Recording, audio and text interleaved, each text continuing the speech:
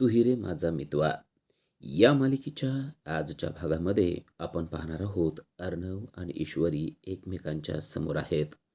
ईश्वरीच्या मनामध्ये अर्णवविषयी असलेल्या भावना तिला बोलून दाखवाव्याशा वाटत आहेत. कारण ती आता अर्णववर जीवापाड प्रेम करू लागलेले आहे. अर्णवसुद्धा हेच ऐकण्यासाठी आतुर झालेला आहे आणि आता तीच गोष्ट ईश्वरीने बोलायचं ठरवलेलं आहे. आणि हिंमत एकत्र करून तिने अर्णवकडे प्रेमाची कबुली दिलेली आपल्याला पाहायला मिळते. ती अर्णवला म्हणते की अर्णव सर, मी तुमच्यावर खूप प्रेम करू लागलेले आहे. मला तुम्ही खूप आवडताय, असं तिने स्पष्टपणे सांगितलेलं आहे. अर्णव तिच्याकडं पाहतोय. अर्णवला तर ही गोष्ट खरीच वाटत नसणार आहे.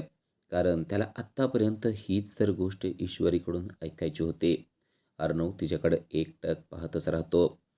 ईश्वरी त्याला अजून पुढं सांगत आहे. ईश्वरी म्हणते, मी तुमच्यावर खूप खूप प्रेम करते. अर्णव सर, तुम्हाला जे ऐकायचं आहे ना, ते आता मी बोलणार आहे, असं म्हणून तिने अर्णवला I love you Arnav sir असं देखील म्हणलेले असते. अर्णव स्मितहास्य करत तिच्याकडं एकटक पाहतच राहिलेला आहे. अर्णवची स्वप्नपूर्तीच झालेली आपल्याला पाहायला मिळते आहे. ईश्वरीला देखील खरं तर याच क्षणाची वाट ती पाहत असणार आहे. अर्णववर तिच्या मनातलं असलेलं प्रेम तिनं व्यक्त करून दाखवलेलं आहे आणि तिला या गोष्टीचा खूपच आनंद झालेला आहे. आजपर्यंत तिच्या लक्षात येत नव्हतं की ती अर्णव सरांवर किती प्रेम करते ते. पण आता तिनं ते व्यक्त केलेलं असतं आणि त्यानंतर तिला समजतं की अर्णवने आपला एकही शब्द ऐकलेला नाही. कारण त्याच्या कानामध्ये हेडफोन असतात आणि तो मीटिंग अटेंड करत असतो. फक्त तो ईश्वरीकडे पाहत असतो. ईश्वरी आपल्याशी काहीतरी छान बोलते हे त्याच्या लक्षात आलेलं असतं आणि म्हणूनच तो तिच्याकडे पाहत स्मितहास्य करतो. जेव्हा तो कानातले हेडफोन काढतो तेव्हा ईश्वरी म्हणते, म्हणजे तुम्ही माझं काहीच ऐकलं नाही? अर्णव म्हणतो, हो नाही ऐकलं, कारण मी मीटिंगमध्ये होतो. तू काहीतरी छान बोलत होतीस तेवढं मात्र मला कळत होतं. तू काय बोलत होतीस सांग बरं जरा, असं तो विचारतो. तेव्हा ती म्हणते, मला नाही सांगायचं आता. अर्णव म्हणतो, असं काय करतेस? छान बोलत होतीस तर पुन्हा एकदा सांगायला काय हरकत आहे? ईश्वरी म्हणते, अहो ते छान म्हणजे ते खूप म्हणजे खूपच छान होतं. अर्णव म्हणतो, हो मग ते खूप छान तू अजून एकदा सांगू शकते की? ईश्वरी म्हणते, नाही आता मी नाही सांगणार आहे. अर्णव म्हणतो, काय झालं? सांगायला काय हरकत आहे तुला? आता ईश्वरीला समजलेलं असतं की आपण अर्णवला एवढं काही छान बोललेलं आहे, आपण प्रेम व्यक्त केलेलं आहे, पण त्यातला एक शब्द देखील त्याने ऐकलेला नाही. खरे तर ती या गोष्टीमुळं थोडीशी चिडलेलीच असते आणि ती म्हणते, नाही आता मी बोलणार नाही, असं म्हणून ती निघून जाते.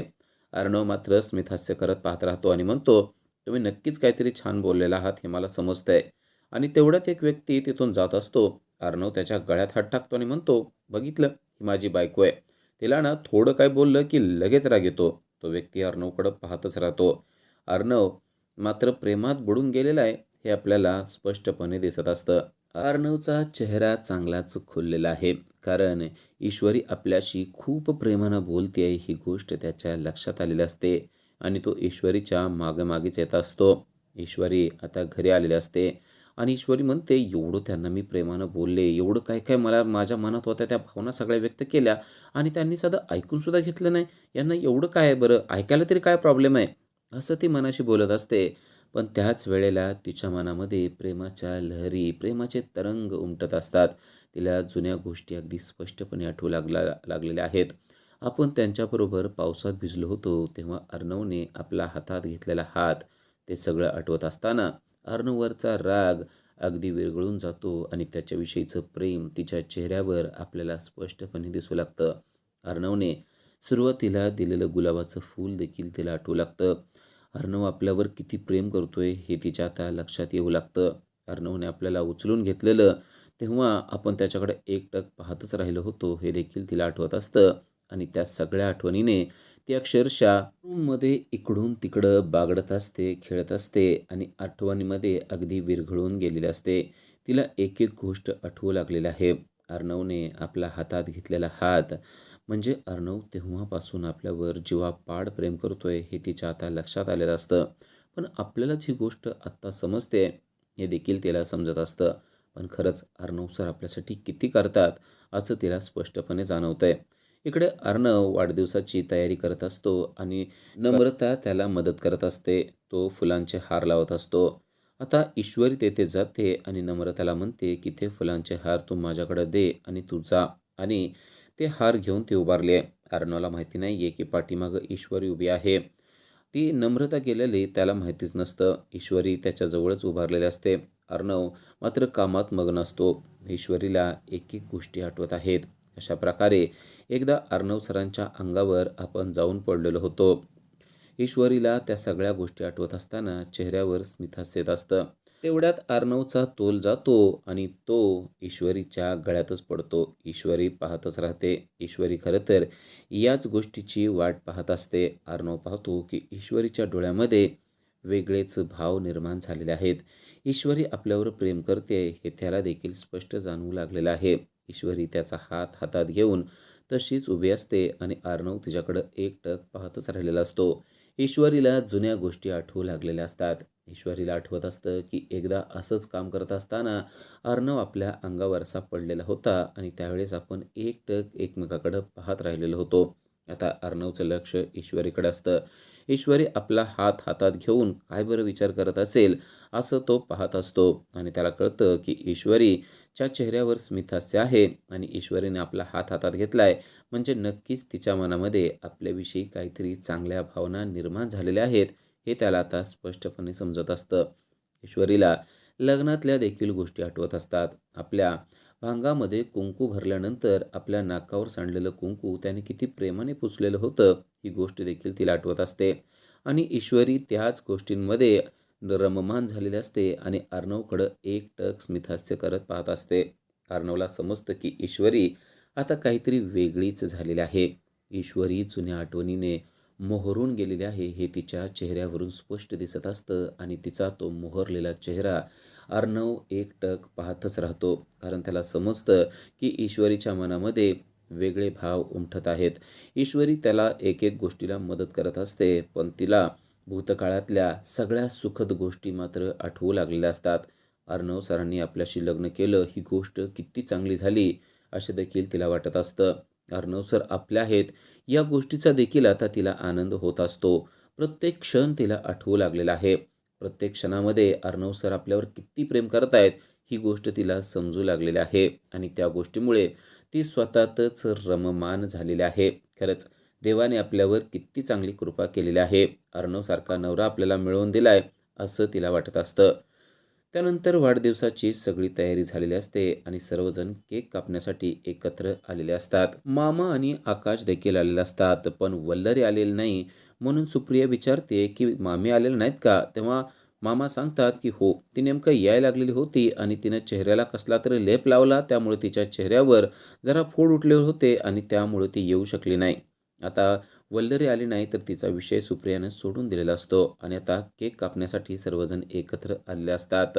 संजय देखील तेथे आलेला असतो. संजयला हात उचलत नसतो. मग स्वतः सुप्रियानं त्यांचा हात धरलेला असतो आणि सुप्रिया आणि संजय या दोघांनी मिळून तो केक कापलेला असतो. सर्वजणांनी त्यांना वाढदिवसाच्या शुभेच्छा देखील दिलेल्या असतात. हॅपी बर्थडे टू यू आई आणि बाबा असं सर्वजण त्या दोघांना म्हणत असतात. अर्णव आणि ईश्वरी यांना देखील खूपच आनंद झालेला असतो आणि त्यानंतर सुप्रिया संजयला केक देखील भरवते. संजय हे सगळं पाहत असतो. संजयला तर खूपच आनंद झालेला आहे की अर्णवसारखा जावई आपल्याला मिळालेला आहे. कारण राकेश हा किती धूर्त आणि कपटी आहे हे त्याला लक्षात आलेलं असतं. पण त्याचबरोबर अर्णव किती चांगला आहे हे देखील त्याच्या लक्षात आलेलं असतं. आणि त्यानंतर अर्णव ईश्वरी त्यांच्या पाया पडतात आणि त्यांचा आशीर्वाद घेत असतात आणि आपसुकच संजयचा हात त्यांच्या डोक्यावर गेलेला आपल्याला पाहायला मिळतोय. आजपर्यंत कसलाही हात न उचलता येणारा संजय मात्र अर्णव आणि ईश्वरी यांना आशीर्वाद देताना पटकन हात उचलतो आणि त्यांच्या डोक्यावर ठेवतो. तेव्हा ईश्वरी आणि अर्णव यांना खूपच आनंद होतो आणि ते पाहतात की चक्क बाबांचा हात उचलत आहेत आणि ते सुप्रियाला देखील सांगतात. तेव्हा तिला देखील आश्चर्याचा धक्काच बसतो. म्हणजे आता संजय हळूहळू बरा होऊ लागलेला आहे ही गोष्ट सगळ्यांच्याच लक्षात आलेली असते आणि या गोष्टीचा कितीतरी आनंद सर्व घरच्यांना झालेला आहे. कारण संजय आत्तापर्यंत काही बोलू शकत नव्हता पण तो हात हलवू शकत आहे. म्हणजेच आता तो हळूहळू बरा होऊ लागलेला आहे. या गोष्टीमुळं सर्वांनाच खूप आनंद होत असतो. अर्णवने लगेच डॉक्टरांना फोन देखील केलेला असतो आणि डॉक्टरांना तो सांगतो, की आत्ताच बाबांनी हात उचललेला आहे आणि तेव्हा डॉक्टर सांगतात, "असं असेल तर आता त्यांची प्रगती खूपच चांगली होणार आहे. हळू ते बोलू देखील शकतील," असं डॉक्टरांनी सांगितलेलं असतं. तेव्हा स्वतः संजयला देखील खूपच आनंद झालेला असतो आणि सुप्रियाला देखील आनंद झालेला असतो. तर ईश्वरी पाहत असते, की अर्णवला किती आनंद वाटतोय. अर्णवला आपली फॅमिली ही त्याची फॅमिली आहे, ही गोष्ट वाटत आहे. इकडे वल्लरी मात्र एक खजान्याची पेटी घेऊन आलेली आहे आणि ती मनाशीच बोलत आहे. आता यातल्या काही वस्तू मी बाहेर काढणार आहे. यातल्या वस्तू जर बाहेर काढल्या, तर मोठा अकांडतांडव होणार आहे आणि आता अर्णव आणि ईश्वरी मी काय करते बघा. माझ्याकडं ही जी छोटी किल्ली आहे ना, या छोट्या किल्लीनं मी ही पेटी उघडणार आहे. पण या छोट्या किल्लीमुळं तुमचा संसार मी कसा उद्ध्वस्त करून टाकते, ही उद्ध्वस्त करणारीच किल्ली माझ्या हाती लागलेली आहे, असं ती स्वतःच्या मनाशी बोलत असते. आणि ती म्हणत असते, ईश्वरी काही जरी झालं तरी तुला या घरावर मी राज्य करू देणार नाही. या छोट्या किल्लीनं तुझ्या संसाराचा कसा बोऱ्या वाजवते ते बघ, असं ती मनाशी म्हणत असते. तर इकडे सुप्रिया अर्णवचे आभार मानते, की तुमच्यामुळंच यांना बरं वाटू लागलेलं आहे. तुम्ही खूप काही केलेलं आहे. डॉक्टरांची मदत देखील तुम्ही केलेली आहे. म्हणजे सगळं काही तुमच्यामुळं झालेलं आहे, असं ती त्यांना म्हणत असते.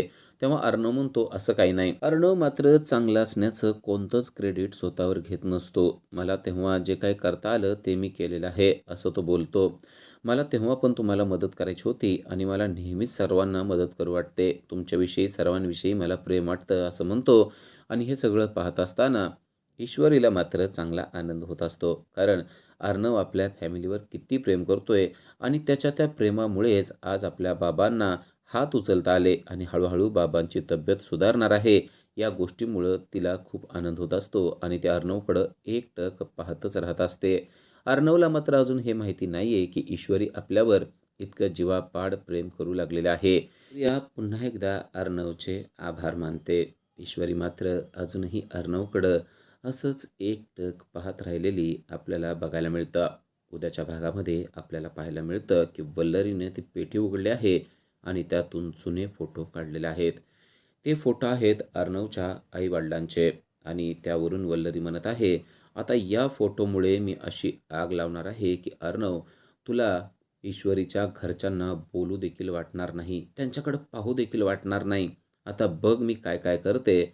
असं ती म्हणत आहे आणि त्यामध्ये सुप्रियाच्या खांद्यावर डोकं ठेवून अर्णवचे वडील बसलेले आपल्याला पाहायला मिळत आहेत. आता या फोटोमुळे वल्लरी नेमकी काय आग लावणार आहे ते आपल्याला पुढील भागामध्ये समजणार आहे. पण वल्लरी स्वतःच्या मनाशीच बोलत आहे आणि ती म्हणते, की "ईश्वरी मी तुला या घरात टिकूच देणार नाही. मी काय करते ते बघ." असं ती स्वतःशीच मोठमोठ्याने बोलू लागलेलं आहे आणि ते फोटो पाहत-पाहत ती स्वतःशीच हे सगळं काही बोलत आहे. तिनं आता ठरवलंय, की अर्णव आणि ईश्वरी यांच्यामध्ये मोठं भांडण निर्माण करायचं आणि हे भांडण कसं होत नाही तेच मी बघते, असं देखील तिने मनाशी ठरवलेलं आहे. या फोटोंमुळे आता कशी मी आग लावते ते बघतच राहा, असं ती स्वतःच्या मनाशी बोलत आहे. आता या फोटोंमुळे खरोखरच अर्णव आणि ईश्वरी यांच्यामध्ये गैरसमज निर्माण होणार का? अर्णव आणि ईश्वरी तर एकमेकावर जीवापाड प्रेम करू लागलेले आहेत. वल्लरी खरोखरच त्यांच्यामध्ये भेद निर्माण करू शकेल का? हे आपल्याला पुढील भागात समजणार आहे. पण अर्णवला आता एक गोष्ट समजली आहे, की 2 दिवसाने ईश्वरीचा वाढदिवस आहे आणि त्यासाठी त्याने प्लॅनिंग करायचं ठरवलंय आणि त्यासाठी अंजली आणि मामा यांना देखील त्यांनी सांगून ठेवलेलं आहे. तो त्यांना सांगतोय, की 2 दिवसानंतर ईश्वरीचा वाढदिवस आहे आणि तिच्यासाठी मस्तपैकी सरप्राईज आपण सर्वांनी तयार करायचं आहे. ही गोष्ट त्या दोघांना देखील पटलेली आहे आणि ते दोघं देखील म्हणतायत, की नक्कीच आपण ईश्वरीचा वाढदिवस तिला अगदी आठवणीत राहण्यासारखा छान असा ठरवूया आणि छान असं प्लॅनिंग करून तिचा वाढदिवस सेलिब्रेट करूया.